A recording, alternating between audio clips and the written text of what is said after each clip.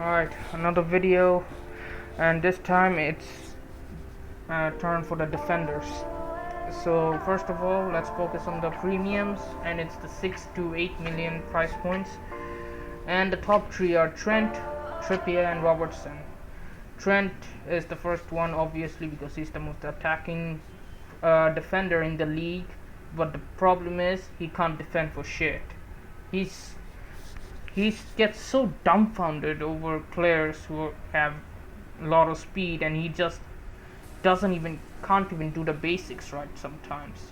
But out of the three, with the fixtures he has and with the floating attacking like right back, center mid role, he's the best one currently. So Trent is number one. The second one is Trippier.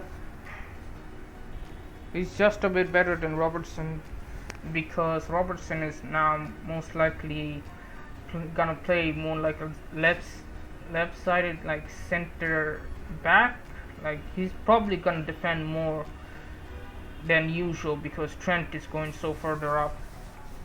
But that's why Trippier is ahead of him. Trippier is on set pieces for Newcastle. It's just the fixtures are way too horrible for him. That's the only problem. Otherwise, I think more people would have picked him. And Robertson's there because the other two are left are Van Dijk and Cancelo, and Robertson is easily better than both of them. Let's move on. 5.5 million defenders. This is the most interesting one, I believe. The top three I picked out are Chilwell, Shaw, and John Stones. Chilwell, he's playing like he's the left winger and pushes Sterling aside into the wide areas while he underlaps and cuts inside and tries to score a goal. Like, if you've seen the preseason matches for Chelsea, you'd know how good Chilwell is looking like. And Reece James is also injured as well. Chilwell has to be the obvious pick. And I backed Chilwell the whole entire preseason over James, and I'm sticking to it. And I'm gonna receive the benefits from Chilwell after keeping the trust in him. I'm gonna have him in my draft some way or another. I can't lose him out. I can't lose out on him. Second one is Shaw, because he's the best defender from Manchester United. Even though he looks like a bit pricey. I would have liked him to be 5, but 5.5 is fair enough. But now there's Onana. He just seems like a bit underwhelming pick now because he can save the 0.5. But if you like trust Shaw more, then go ahead. I think Shaw has historically proven at least that he can get attacking returns and get a goal sometimes. And third one is John Stones. John Stones has said after the last preseason game that he's been given more freedom. He actually scored a goal recently too. So Pep is actually giving him the license to go forward. That's what he said. That he's given the freedom to roam around in the penalty box and try to score a goal for himself. He's now kind of playing like a CDM alongside Rodri, like a pivot, and other guys are defending. They signed Gvardiol as well, so they have defenders to back Stones up. They can play multiple different formations, but Stones is, I think, one of their main defenders. I don't think Pep's gonna bench him for big games, or at least a short term. 5.0s. There isn't a lot, but the best ones actually like stood out immediately when I looked through the list. The first one is obviously Gabriel. Second one is Estupinan. Third one is Ake. Now things has changed with the preseason, but I don't think things will change for Arsenal defense because of the incredible fixtures they have.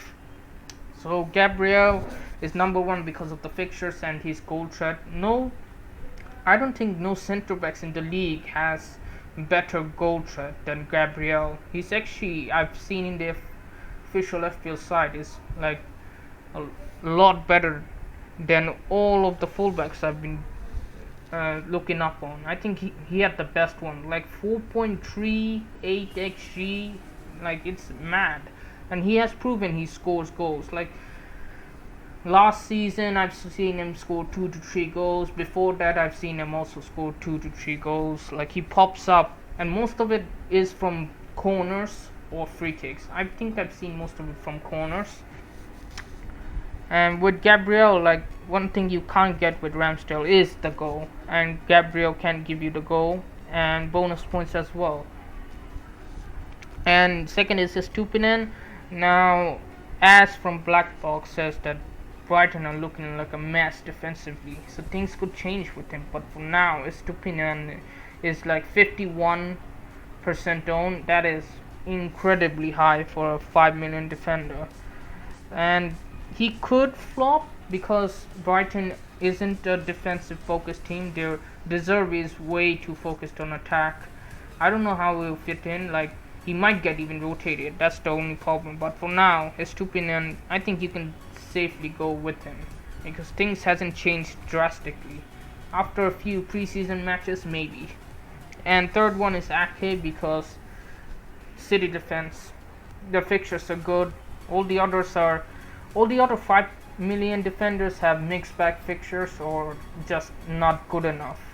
That's it. Like, just not good enough compared to Ake. Ake has played the majority of the games when he came back at the tail season from his injury. Pep trusts him. He's mainly the left back now. He just replaced Cancelo. I don't know what's gonna happen with Cancelo, but Ake for now is the number 1 left back for Manchester City, and they're playing like a 3 at the back. Ake just slots in with the CBs. So yeah, Ake is, I think, probably more nailed than Akanji, and he has some goal threat as well. He can score goals. He has historically proven he can score goals. He has done it for previous clubs. And with the 4.5s, first up is Tarkowski for me. Second is Rico Henry, and third is Matty Cash. Tarkowski because he has good fixtures. He's good defensively. He's in a defensive side. He has good goal threat from set pieces. Everton is set up to score goals from set pieces. It's either 0-0 or 1-0 goal, 1-0 wins for them. Second is Rico Henry because in the preseason match he looked better than Mbeumo. Mbeumo was on the far right hand side but wide, while Rico Henry was cutting in, doing the underlapping runs like Chilwell. He was close to a goal as well. It was really good, promising signs for him. And the third option is Matty Cash because he played as a wing back recently. The only problem is maybe Alex Moreno, but he's injured at the moment. For the short term, Matty Cash is a really good pick now because he has a bit of a mixed fixture but not too much, and Villa are strengthening up. They also bought Pau Torres to help with the defense, and they already had good defenders and a good goalkeeper as well.